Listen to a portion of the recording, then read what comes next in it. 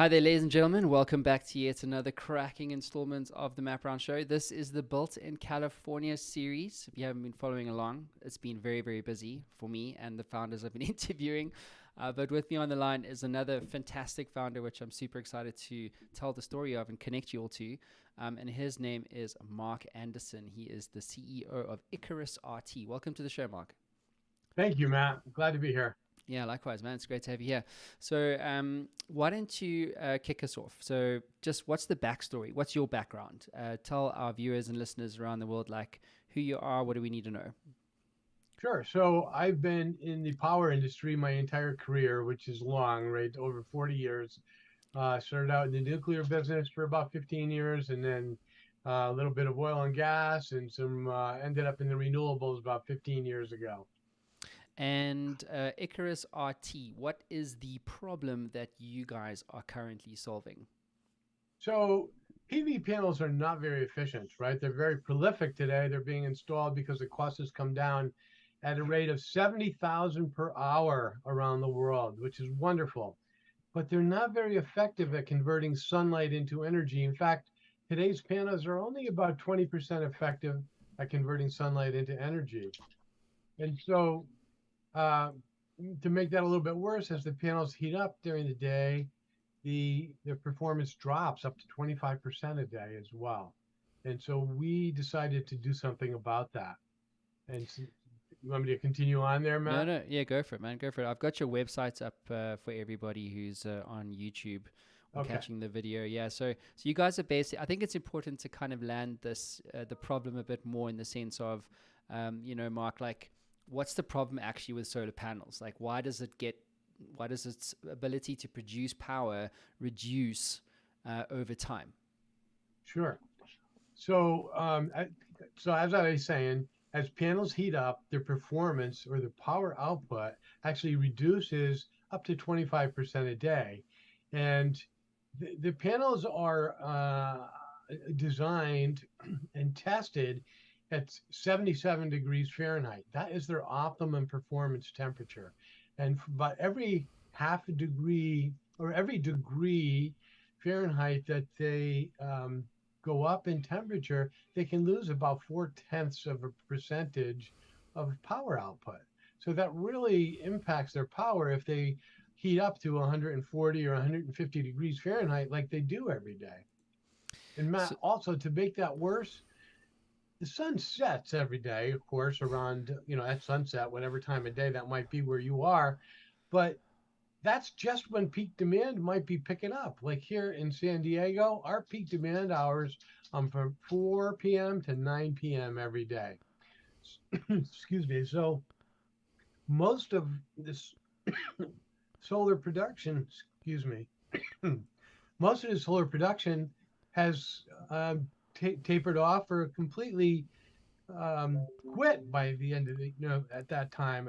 Oh, I'm sorry, at 4 o'clock in the afternoon every day. And that's just when the peak demand hours are beginning. And that's why battery storage is so important today. But so Icarus decided to take another look at how we could help solve that problem. Yeah, amazing stuff. So I think what you've done is actually really, really innovative. So how does this actually work? So obviously, like, there's a huge drive towards sustainable things, environments, energy. There's lots of movement in energy. A lot of founders I talk to are specializing in the energy space. So how do you guys actually ensure that, as solar panels get hotter, it actually doesn't reduce its output by 15%? I mean, there's something pretty secret and magical about that on its own. Sure. Yeah. So first we developed a heat extractor we call the heart of our system. And the heat extractor looks just like a solar panel itself and is actually designed to fit snugly behind a solar panel. It's a little bit smaller than the panel, but it fits right inside the backside of that solar panel. The heat extractor is the heart of our system. We also have a proprietary control system that we've developed that is what we call the brains of our system. That control system monitors the performance of the entire system, pressures, temperatures, the weather conditions, the utility rates. It knows the customer usage profile. It knows the time of day, of course, and all of these different parameters. It analyzes in real time, and it makes what we call buy, sell, and store decisions all day long.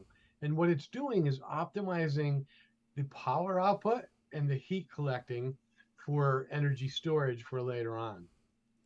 That's really really interesting. I mean, when it comes to this type of technology, how scalable is it? I mean, is this something where that you're integrating into panels that you guys produce, or is this something that the commercial building or whoever is installing these things, is this something that they add to the existing solar panels that they have, or is it like a new thing altogether that they buy from you? Sure. So, a couple of questions there, I think. Let me unpack that.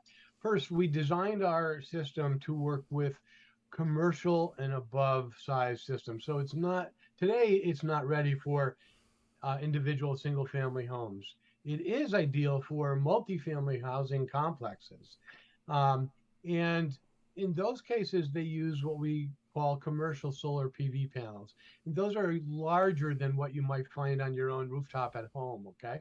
So those commercial panels are larger, and we designed our system to work with those existing commercial PV panels. We can retrofit or install new. Now, ideally, we're installing on a new project so that our system is going up with those PV panels at the beginning of the project.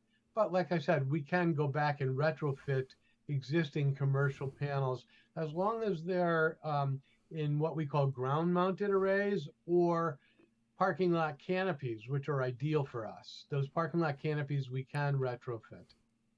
So So we can what? work with any commercial PV panels, by the way, Matt. But is your vision, Mark, at some point to go pure consumer or direct to consumer? Is that on your roadmap at all?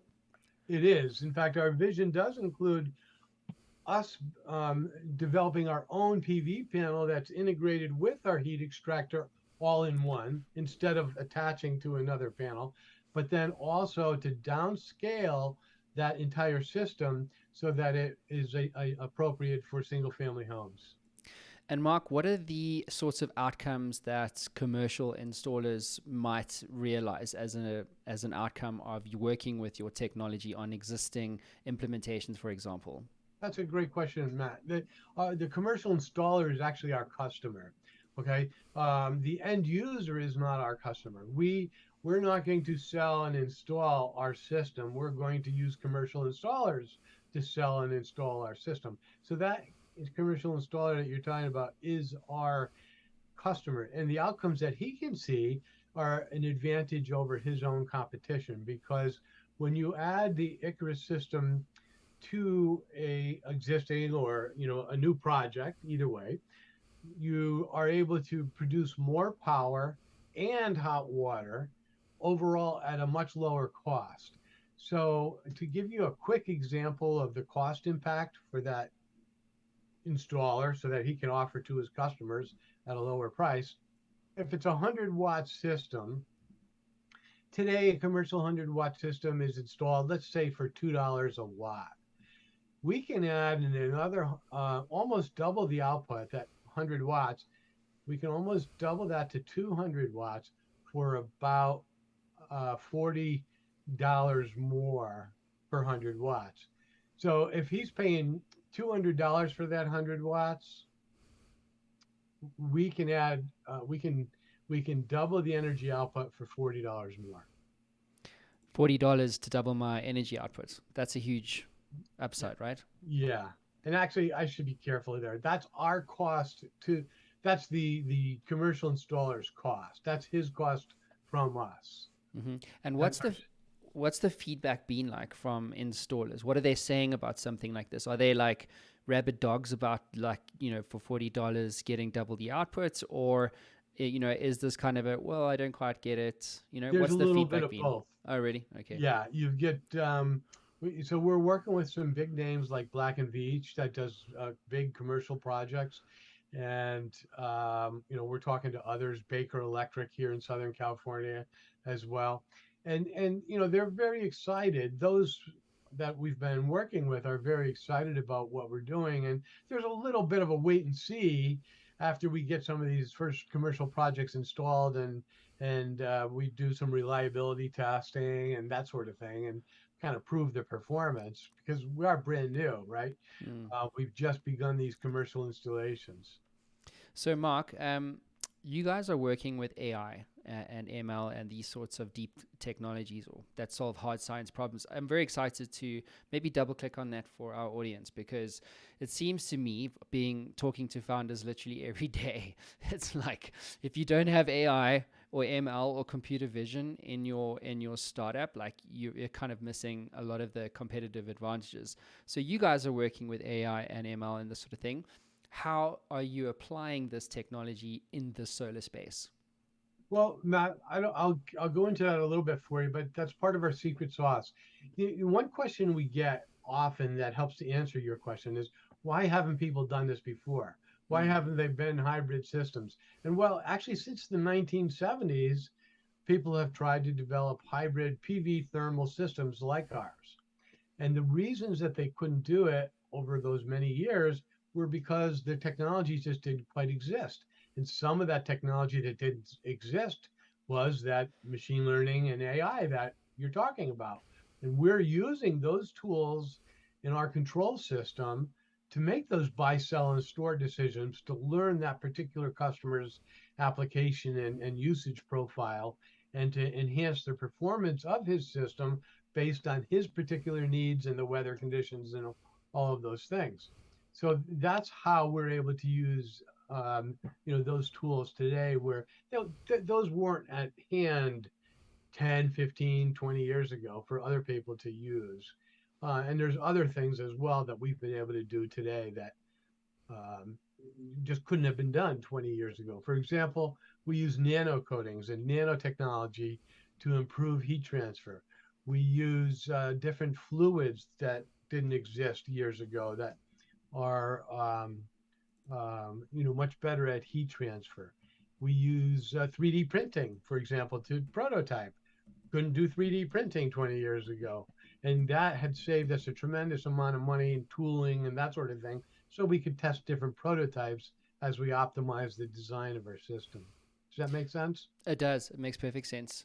I think what you're mentioning or name dropping, as I like to call it, nanotechnology, 3D printing, AI.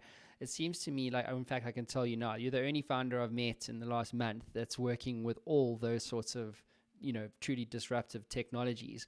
When you work with these sorts of technologies, Mark, how hard is it actually? Because I think there's a, you know what I mean? Like there's a big need for this.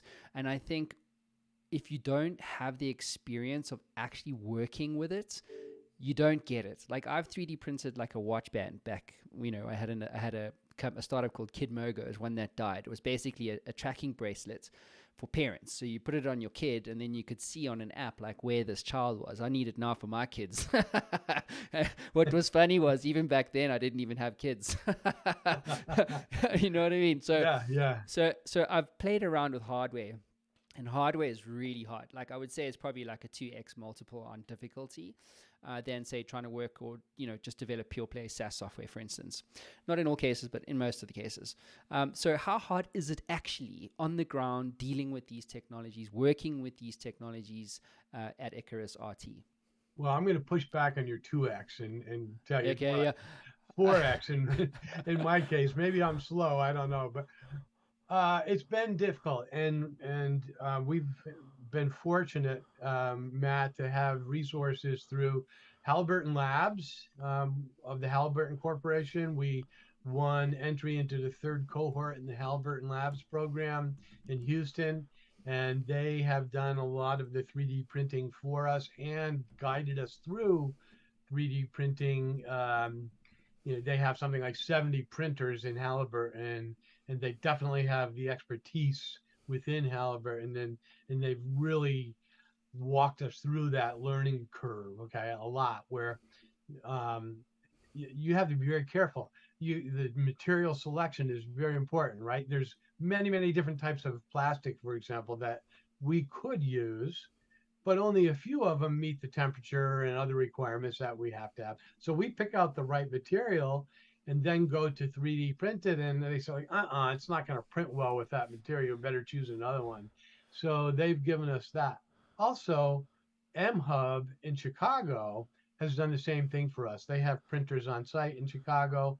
I actually hired two engineers in Chicago, even though we're in San Diego, because I wanted to have eyes and ears in Chicago working at MHub doing 3D printing. And it's worked out very well for us.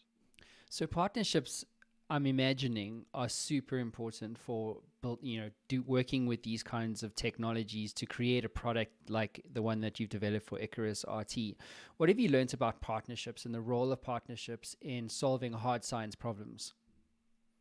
Unbelievably important. So we also won a program called the Shell Game Changer by NREL in January of 2020, right before COVID hit.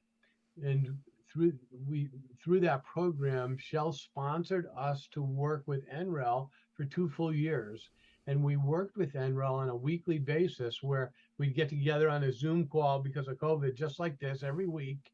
We'd have homework, they'd have homework, we'd go over the results, we'd figure out where we were, and then assign each other the next steps. And then what we did was we took that opportunity to refine and optimize our design over those 2 years. Where NREL is the National Renewable Energy Lab, by the way. So we worked with NREL, courtesy of Shell, and we graduated from that program in April.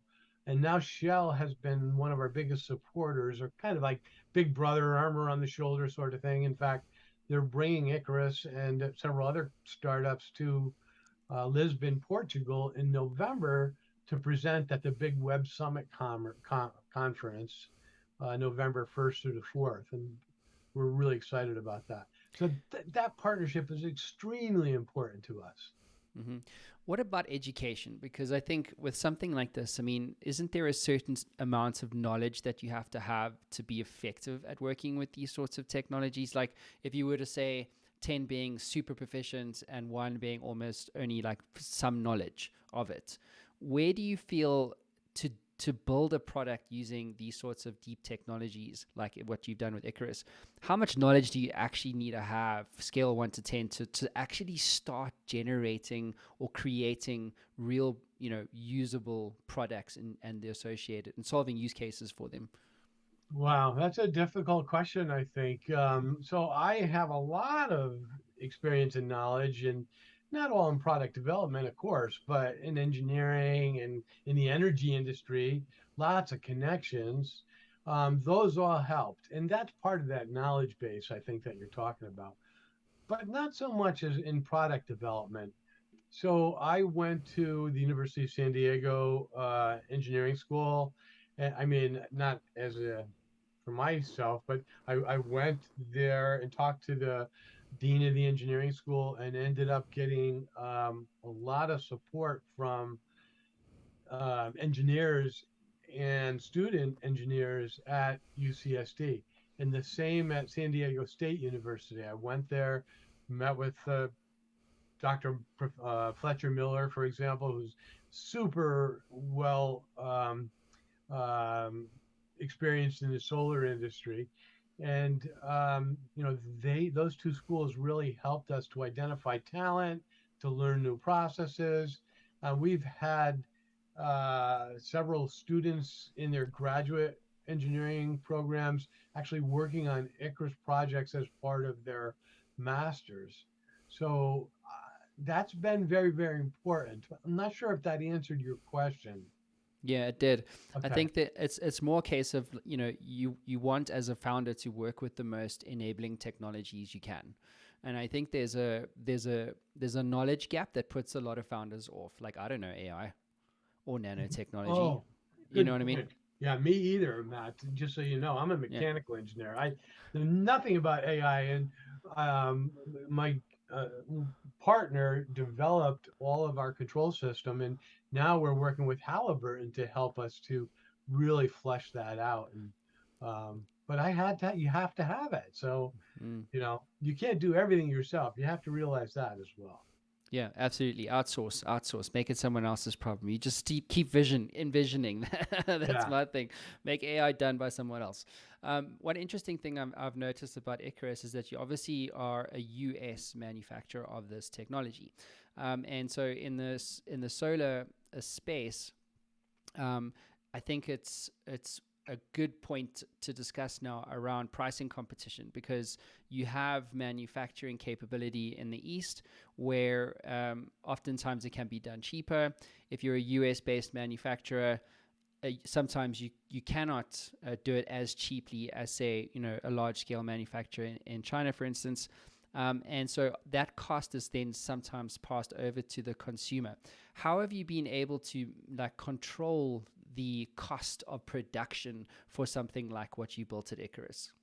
I'm really glad you brought that up. Such an important question. And, it's been very much a big part of our focus has been to maintain that sort of price point, target, which is only a target still. We're driving towards it, but we're not quite there yet. But that price point target, and to do that, we plan to manufacture right here in California, believe it or not. Why? Remember, back to those strategic partnerships. One of our biggest strategic partners, and perhaps the biggest, is the California Energy Commission itself. They've been unbelievably supportive of our technology. We won a very small grant way back 4 years ago or something to prove our concept, and that went well. And we won a follow-up grant to that one, which was a little bit bigger, to do prototype work. And ultimately, we won, a $1.1 million grant from them to install a big project on a $1.4 million project. But you know what, Matt? We just submitted a $2.7 million grant application to the California Energy Commission specifically for ramping up manufacturing in California. And that would all be state of the art, new, using the latest technology right here in our backyard. That's a huge feather in your cap. I think if you can build it locally, do it. Yeah, and why wouldn't we, with the wonderful support that we're getting from, our own neighbors? So Mark, how would you characterize the sort of trend towards sustainable energy production and usage in California at the moment? aggressive. Oh my gosh, they're so aggressive. I don't know if you're aware, but in January of 2023, the California Energy Commission has already enacted regulatory regulation that will restrict the use of natural gas on new commercial and residential construction. So there'd be no more gas appliances for your hot water, for example, in new commercial or residential construction. Hello, Icarus, right? That's a tremendous windfall in a perfect storm. Good timing for Icarus. So I think that's a little bit aggressive. You know, maybe they taper it off a little bit, but they're shutting it right out on new construction anyway. So So, what are your thoughts on Biden's clean energy bill? Do you think, I mean, that's a massive thing, right? Like, that's huge. I was talking to a so big. found, it's huge. It's next level stuff. And I'm curious because you like at the coal face of like one of the beneficiaries maybe of the bill, of many, many others, but one of them for sure because you're in the space. But the clean energy bill, it's like some ridiculous number. It's massive. It's massive. The amount of money that, or support, let's just say, that, Yeah. the Fed's going to put into, you know, partners, the ecosystem, startups, all this kind of stuff. So, what are your thoughts on the bill? Like general thoughts on that, and then how much of an impact or shift is it going to actually create in the sustainable energy context? It's going to be huge, Matt. I mean, it's $373 billion, and that's just the Inflation Reduction Act, the new one, right? They're still unpacking the infrastructure bill, the $1 trillion infrastructure bill from 2021, and that also had a good amount of support in it for renewables and renewable energy. Um, Trying to put it in perspective. Remember earlier I said that they're currently installing 70,000 PV panels every hour around the world. That's been going on for the past several years. That's not new today. That's an average installation number that's been going on for several years, right through COVID, and it's projected to continue over the next couple of years before before the Inflation Reduction Act and its $373 billion worth of support. I can't tell you that's going to double or triple or increase by 50%, but it's going to have a huge impact. And even though nothing is released yet, it's already creating a tremendous level of excitement among people that matter to us, like investors. Investors are very excited. And a company like us, Matt, we've raised about $3 million, 2 million from grants, 1 million from private investors. So for every investor dollar, we've got $2 from grants. Well, I believe that number is about to increase substantially due to the Inflation Reduction Act. And so my investors and new investors as well are going to be more willing to invest in a company like Icarus because they know for every dollar they put in, maybe they're getting $5 worth of strength behind it from these bills. The other thing that's worth talking about with you, Mark, is the makeup of the labor force, right? So if all this money is going into this solar energy space, you're going to need a labor force that can actually accommodate the growth. So you need investment into education, skills, upliftment, so that your channel partners, in your case, your installers, have the resource pool available and at scale enough to take advantage of this. Right. Exactly. And uh, the country's divided up into many different zones, right? Opportunity zones and disadvantaged zones and low income zones and all these different areas. And people say disadvantage and think that means that there's something economic about that. No, disadvantaged communities generally have poor air quality or poor water quality or those sorts of things, right?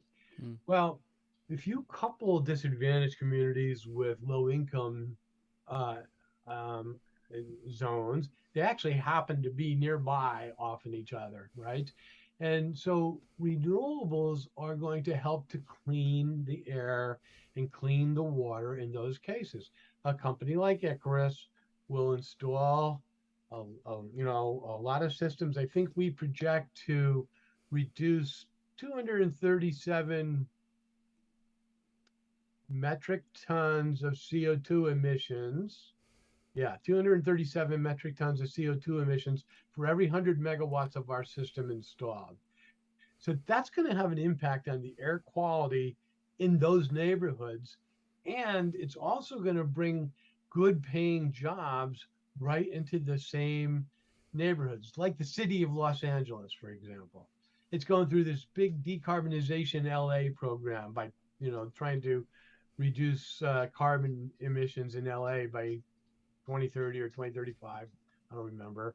But, a lot of the work that they do will be through solar applications like ours, reducing CO2 emissions, bringing good jobs to the community. So we think we're a part of that.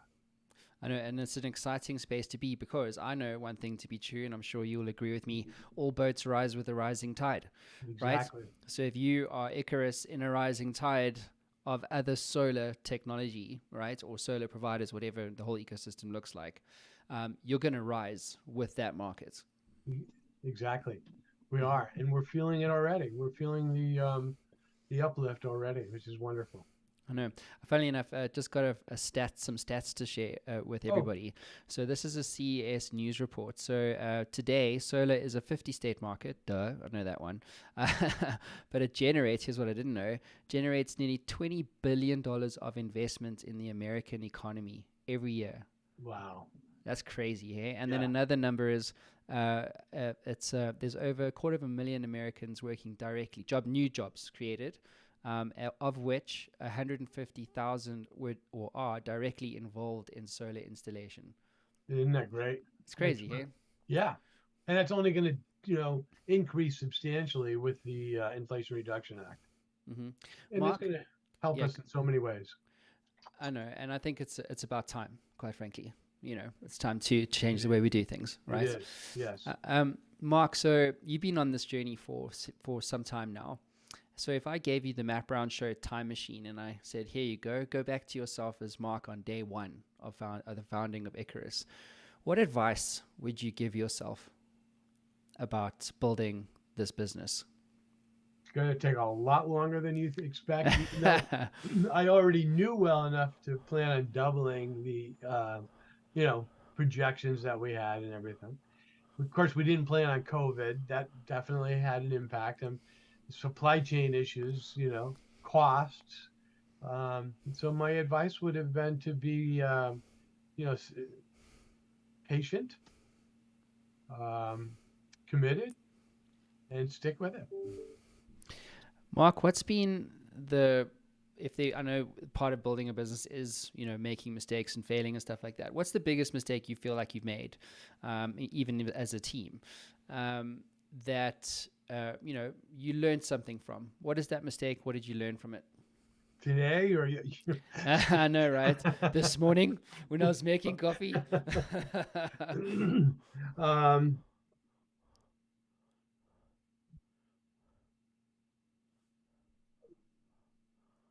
so those mistakes would probably have to do with people. In other words, you we develop our team one person at a time. You end up putting a lot of time and effort into each person, hoping that that person is going to stay with you for a good amount of time.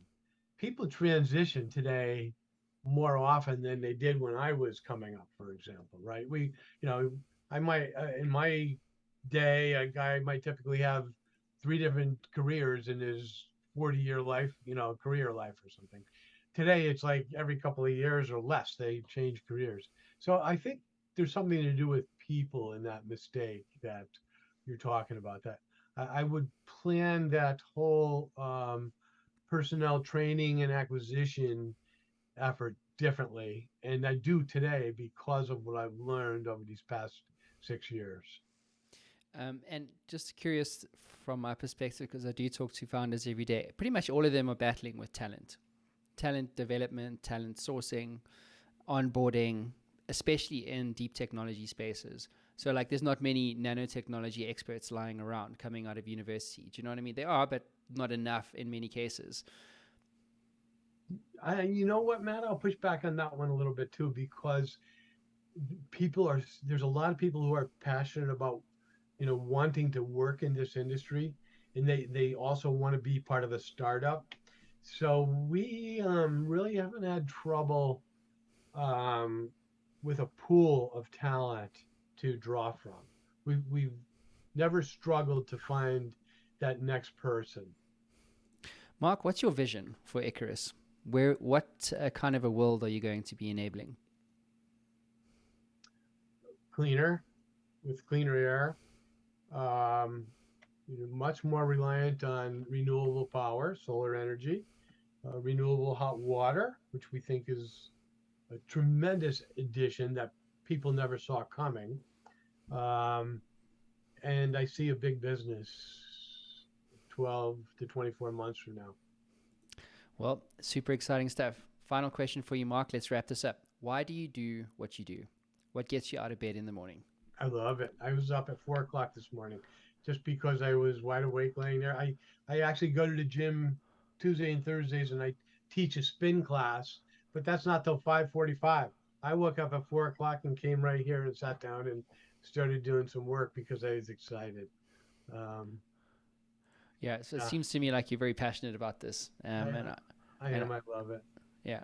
Well, Mark, I'm super excited to see what you guys are going to be doing in the space. It is a very, very liquid market. I'm super excited to see what you guys or where you'll be in 12 to 24 months' time. Thanks for being on the show. Thank you, Matt. Can I add one thing? Yeah, go for it. Um, Icarus is currently launching a new raise on a convertible note, and I'd be glad to share the terms with anybody that might be interested. Um, it's a big part of our day is raising money and to keep this thing going. So just figured I'd throw that out No, there. you must. Please do. I mean, everyone that's been on the Built in California series is raising money. So if you're an investor and you like the space that Mark's in and what the work that the team was doing there in terms of like innovating in this space and what they've done with their technology, please do reach out to Mark. It's Icarus RT. Mark, in fact, what's your email? Give it out if you don't mind. Sure. manderson@icarusrt.com. Awesome stuff. Mark, thank you Sure. once again for being on the show. Thank you, Matt. It was a tremendous opportunity to be here with you. I really enjoyed this talk, and thanks again so much. Anytime. Thanks, everybody. Cheers. Bye.